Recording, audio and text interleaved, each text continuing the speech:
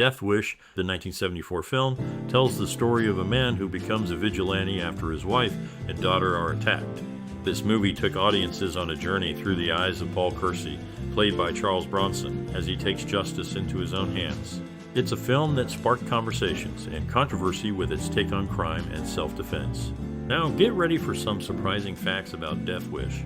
Did you know that the film's success led to a series of sequels, each one diving deeper into the world of vigilante justice?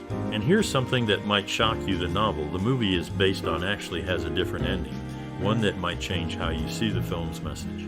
As for the actors, Charles Bronson's portrayal of Paul Kersey is unforgettable. His performance brought a gritty realism to the character that has stayed with fans for decades. We're curious to hear from you too.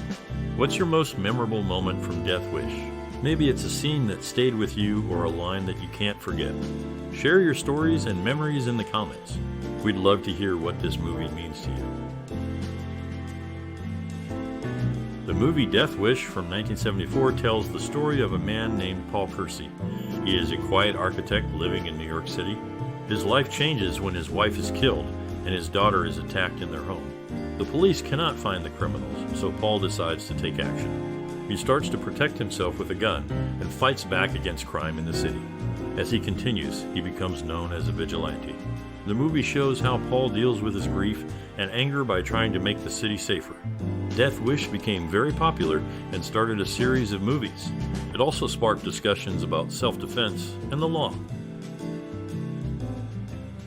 In the early 1980s and late 1980s, Charles Bronson appeared in 2 films with death in their titles, not associated with his well-known franchise. Before his rise to fame, he was featured in a 1962 film that also included the word in its title. Initially, James Coburn was considered for the lead role that Bronson ultimately played, but the cost of hiring Coburn was beyond the budget. Bronson, who achieved significant recognition in Hollywood later in his career, was 53 years old when the film was released, marking a notable point in his career as an actor who gained prominence at an older age. Based on a novel released in 1972, the film's journey in the UK was marked by its initial success and subsequent disappearance from public view. It premiered with an X rating, indicating it was intended for adult audiences, and was edited slightly to meet the British Board of Film Classification standards. Despite its popularity, following the Video Nasties controversy and the introduction of the Video Recordings Act, the film vanished from the UK market.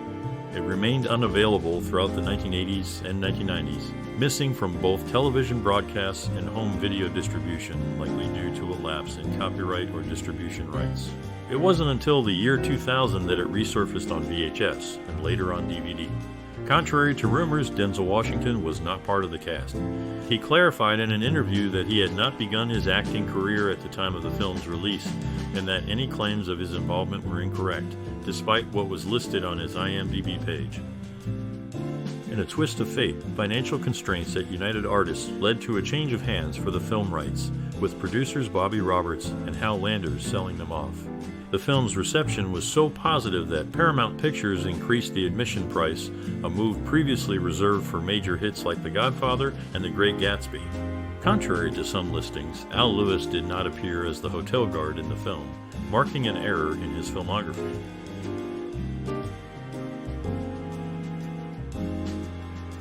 Charles Bronson's collaboration with director Michael Winner resulted in 6 films, including the action film set in 1976, despite its release 2 years earlier.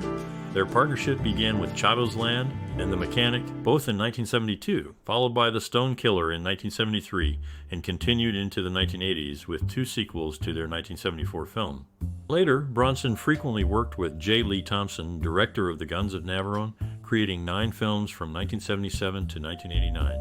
This period included 10 to Midnight, Cabo Blanco, another sequel to their 1974 film, The Evil That Men Do, Kinjite Forbidden Subjects, Messenger of Death, Murphy's Law, St. Ives, and The White Buffalo. Their joint efforts spanned a range of genres and showcased Bronson's enduring screen presence. In the action-packed landscape of vigilante justice, the tools and talents of the characters are as critical as their motives. Charles Bronson, known for his tough on-screen persona, personally owned a Wildey .475 Magnum, a powerful firearm that he recommended for his character in a later sequel. The original story sees the protagonist, Paul Kersey, wielding a nickel-plated Colt Police positive .32 caliber revolver, a significant piece provided by Ives Jainchill, which becomes instrumental in his war against crime. Adding to the film's gritty realism, Jeff Goldblum and Lawrence Fishburne, both at the dawn of their acting careers, portrayed criminals within this urban narrative, with Goldblum's role in the original film and Fishburne in the sequel, showcasing the harsh realities of city life and the thin line between law and lawlessness. In a departure from the original screenplay, the director chose to depict the subway killing on screen, intensifying the scene's raw impact. This decision marked a significant shift from the script's initial direction. A subtle nod to contemporary cinema appears in the background of this scene, where a poster for the film Superdad is briefly visible, linking the fictional narrative to a real-world timeline. This film also initiated the professional partnership between Charles Bronson and producer Dino De Laurentiis, a collaboration that would span several years and include multiple projects before culminating with The White Buffalo. Their joint efforts began with The Stone Killer and continued with Chino and The Valachi Papers, setting the stage for a series of successful ventures. In the landscape of American cinema, connections between actors and their roles often cross paths in unexpected ways. Stuart Margolin, known for his role as Ives Jainchill, had previously graced the screen in 3 episodes of the television series MASH. His co-star, Soon Teko, shared a similar trajectory, having appeared in the same series before joining him in a later installment of the action franchise. John P. Ryan, another familiar face, also returned for the same sequel, reinforcing the continuity within the film's universe. The lead role, which became emblematic of the vigilante genre, could have had a different portrayal. Clint Eastwood, fresh from the success of Dirty Harry, was initially considered for the part but ultimately passed on the opportunity, suggesting Gregory Peck as a more fitting choice. The character's name, Paul Kersey, holds a unique piece of trivia. It belonged to an extra who frequented the set. His agreement to lend his name to the lead character ensured his frequent presence in the background, blurring the lines between fiction and reality. This interweaving of actor histories and character legacies adds a layer of depth to the film's narrative tapestry. At the age of 53, Charles Bronson took on a role that would become one of his most recognized performances. The film's backdrop, a model of Manhattan, inaccurately features the World Trade Center, despite it having been completed just 2 years prior to the production. Additionally, the film marked the first appearance of Sonia Manzano, who would later become widely known for her long-running role on television. These elements combine to shape a film that stands out in the genre for its time.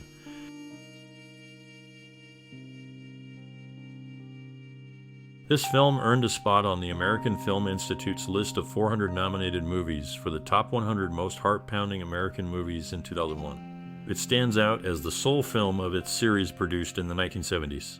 Marking the beginning of Jeff Goldblum's acting career, he portrayed a criminal, a role he revisited in Charles Bronson's later movie St. Ives. Notably, this was the only film where Goldblum appeared partially unclothed, a stark contrast to his partial exposure in The Fly, where only his upper body was visible.